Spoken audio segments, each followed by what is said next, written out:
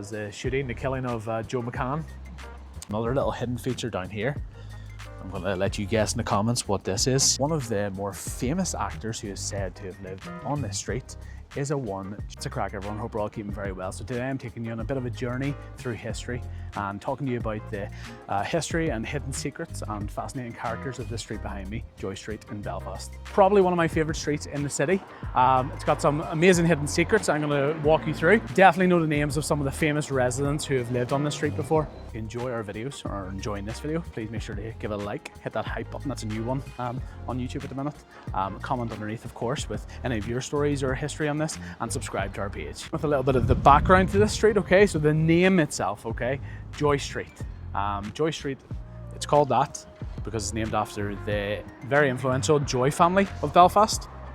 The most sort of prominent I suppose head of this family in history was a man called Francis Joy. So Francis Joy was a businessman, big businessman in Belfast. He owned a lot of paper mills, he owned a lot of factories around the city, and he also founded the Belfast newsletter paper in 1737. And this actually still operates to this day. It is in fact the oldest continuously operated English language paper in the entire world, which is incredible. The reason why this street in particular is named after him, because if you look at that sort of far tower in the distance there, that's sort of the junction of Cromack Street and Ormeau Avenue. Cromack Street, whatever you want to call it. And he owned quite a large paper mill on that site. And that obviously helps supply the paper for his newspapers and other people's too. Another major member of the Joy family was a man called Henry Joy McCracken, one of my favourite characters in Belfast history. I'm not going to talk about too much of the history, but he was one of the founding members of the United Irishmen, and he was Francis Joy's grandson. Also, of course, we can't go without mentioning Mary Ann McCracken as well, part of the same family. Henry Joy's sister and Francis Joy's granddaughter, who was an amazing woman in Belfast history. The street first appears on record in proposals in about 1819, 1820.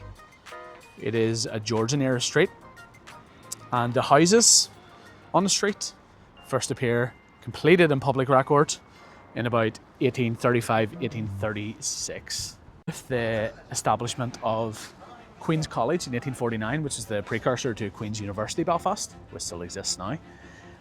There were a lot of more wealthy students that would have lived on the street. Previous to that, there were a lot of merchants and business people on the street, living in these beautiful houses you see in front of us, the Georgian ones.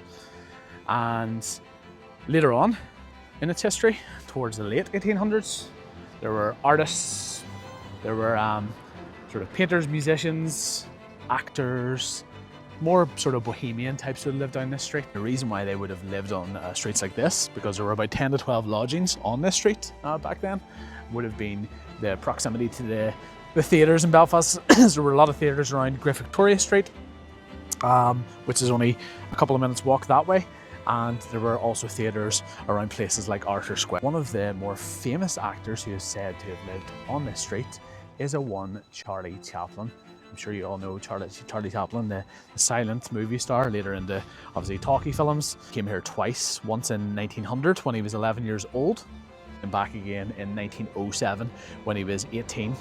And it is said when he was touring with his troupe, the Lancashire lads, he stayed in this residence here, number 24. Some disputed claims that he might have actually stayed next door though, in 1926, but we sort of go with the main records at the time, which said that there was a lodging here, number 24, and he would have, landlady at the time would have been Mrs. Jane O'Neill. That's on record in the directory.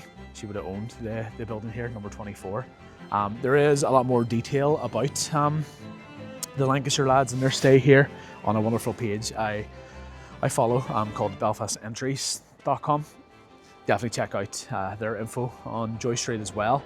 You might find some of their stuff quite fascinating, and they go into detail about the history of the Lancashire lads' stay here and things too. But yes, that's the main sort of resident who lived on this. Show you now a little bit of a hidden sort of nod to that, an Easter egg on the street to Charlie Chaplin, if you haven't seen it before. I have covered this on some of my social media videos before, but wait till you see this. You may not have seen this before. This quite generic office building across the road, you will see up here at the edge of that ledge on the corner, a tiny, tiny sculpture of Charlie Chaplin himself doing his famous pose. How cool is that? Really nice architectural features on these houses. As I said, they're from the Georgian era, and the design is kind of indicative of this. You see a lot of the style in London, you see it in Dublin, you see it in Belfast, of course. Very little of them left in Belfast, unfortunately, now. Sort of the spiderweb sort of style windows at the top there. And then you've got another little hidden feature down here. I'm going to let you guess in the comments what this is right here. If you don't know, I'm going to let you know now. This is actually a boot scraper, okay, so they're indicative of houses at that time as well. So what would have happened was the streets would have been lined with mud and horse crap and lots of lovely things here. It's not amazingly paved to this day, but it would have been worse back then. You would have got off your horse, tied it up, walked towards your house, and you would have scraped the excess dirt and mud and everything else off your feet there before you went inside your house, so you didn't dirty it up, or you left your boots at the door, of course. Round in Hamilton Street here are also from the Georgian era. Some lovely ones on this street, and as I said, some of the last remaining ones in the city. You can see a little leftover from history up there too. That number 2 signifies the area, the postal area that this would have been. So this is now, I think, BT2, but postcodes weren't introduced until I think it was the 1950s or so. So before that, they would have had to sort of segment out the city. You can see the old brick as you go close to it. It always fascinates me that this is what, nearing 200 years old and still standing. Absolutely amazing to touch this history here. More features from history that you may not know about up here too. So these are blocked out windows, boarded up, bricked up, and there's a very specific reason for this. They weren't smashed or anything, the windows. They're actually a leftover from a historical law that was put in place, okay? It was the window tax that was introduced, I think, in the 1690s by the British Parliament. And basically it meant that if you had the more windows in your house that you had, your home, you would have been taxed at different levels for this and been charged a window tax.